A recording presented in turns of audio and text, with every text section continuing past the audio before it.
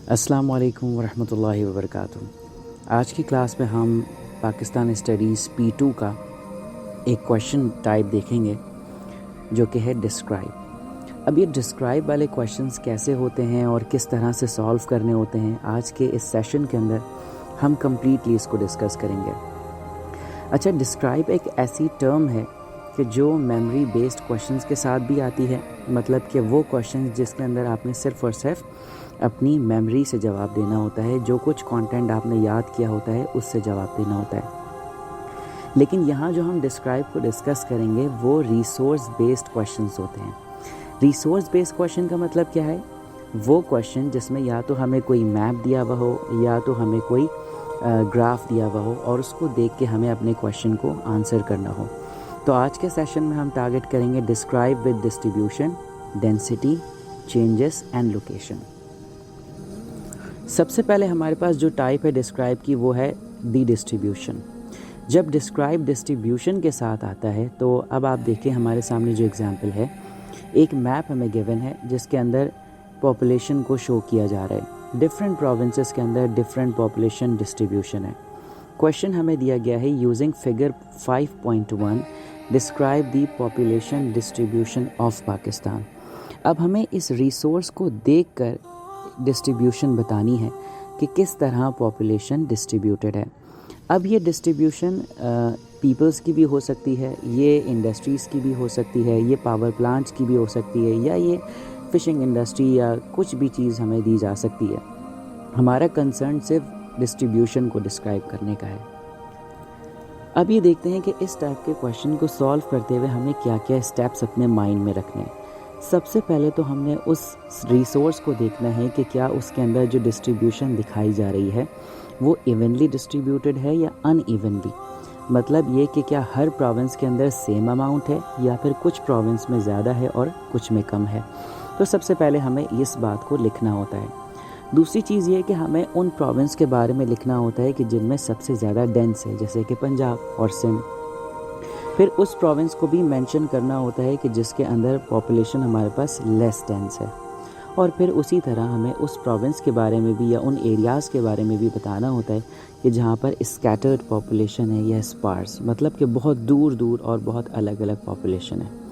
इसके बाद हमें ओवरऑल एक बात बतानी पड़ती है कि क्या ईस्टर्न साइड पर पाकिस्तान के ज़्यादा पॉपुलेशन है, वेस्टर्न साइड पे ज़्यादा है, साउदर्न पे ज़्यादा है या नॉर्दर्न पे ज़्यादा है।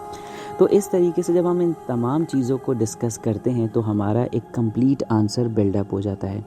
जैसे कि मैंने यहाँ पर एक एग्ज़ाम्पल भी ऐडअप की है, आप चाहें तो वीडियो को पॉज करके उस एग्ज़ाम्पल को रीड आउट भी कर सकते हैं। अब हम देखते हैं डिस्क्राइब की दूसरी टाइप जिसके अंदर डिस्क्राइब लोकेशन के साथ आता है।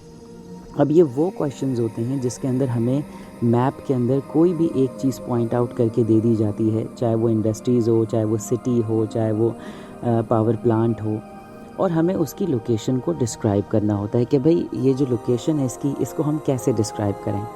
उसका भी बहुत एक सिंपल तरीका होता है कि जो कि ये नेक्स्ट स्लाइड में है।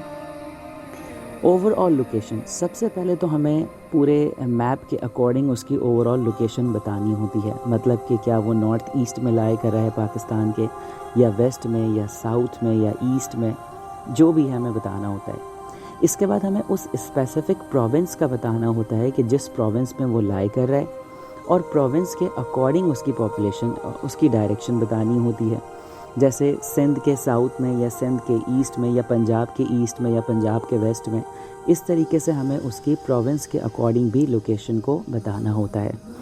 फिर हम तीसरी चीज़ ये लिखते हैं कि क्या उसके पास कोई नियर बाय रिवर है, या नियर बाय कोई इंफ्रास्ट्रक्चर है, या फिर कोई नेबरिंग कंट्रीज़ के करीब है, उसके बॉर्डर के करीब है।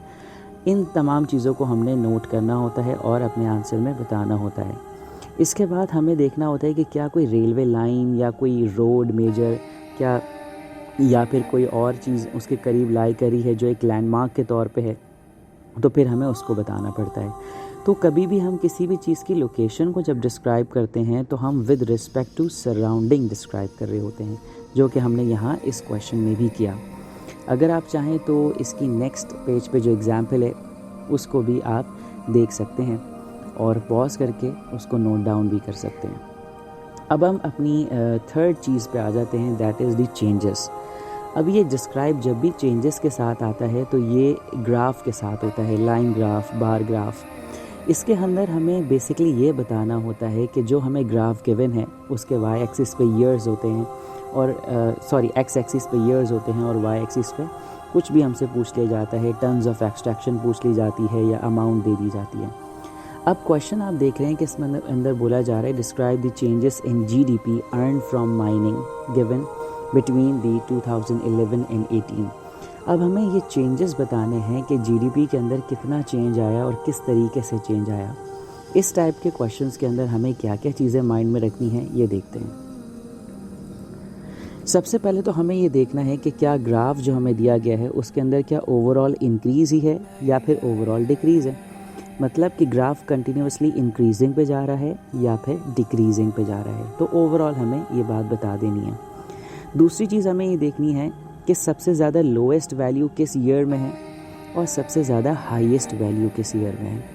پھر جب ہم چینجز بتانا شروع کریں گے تو ہم کوئی 2 ایئرز کو ٹارگٹ کریں گے اور اس کے اندر بتائیں گے کہ جیسے فار ایگزامپل 2011 میں کتنی ویلیو تھی تو 2012 میں کتنی ویلیو ہے. اب دونوں کو ہم مائنس کریں گے دوسرے سے تو ہمیں پتہ لگ جائے گا کہ کتنا چینج آیا ہے فرام ون ایئر ٹو اندر. تو اس طریقے سے ہم اپنے آنسر کو لائن اپ کر سکتے ہیں. اس کے بعد ہمیں یہ ڈفرینس بتانا ہوتا ہے کہ اوور آل کے جو ویری فرسٹ ویلیو تھی ہمارے پاس گراف کے اندر اور جو ویری لاسٹ ویلیو تھی ان کے بیچ میں کتنا ڈفرینس ہے. تو آئی ہوپ کہ یہ ساری چیز سمجھ آ گئی ہوگی اور میری نیکسٹ سلائیڈ کے اندر جو ہے وہ اس کی ایک ایگزامپل بھی ہے، آپ اس کو دیکھ سکتے ہیں. اور یہ وہ کویشچنز ہیں جتنی زیادہ آپ اس کی پریکٹس کریں گے اتنے ہی زیادہ یہ اسٹرانگ ہوتے جائیں گے. آئی ہوپ کہ آپ اس کی پریکٹس بھی کریں گے اور یہ آپ کو سمجھ بھی آ گیا ہوگا. انشاءاللہ will meet in the next class. اللہ حافظ.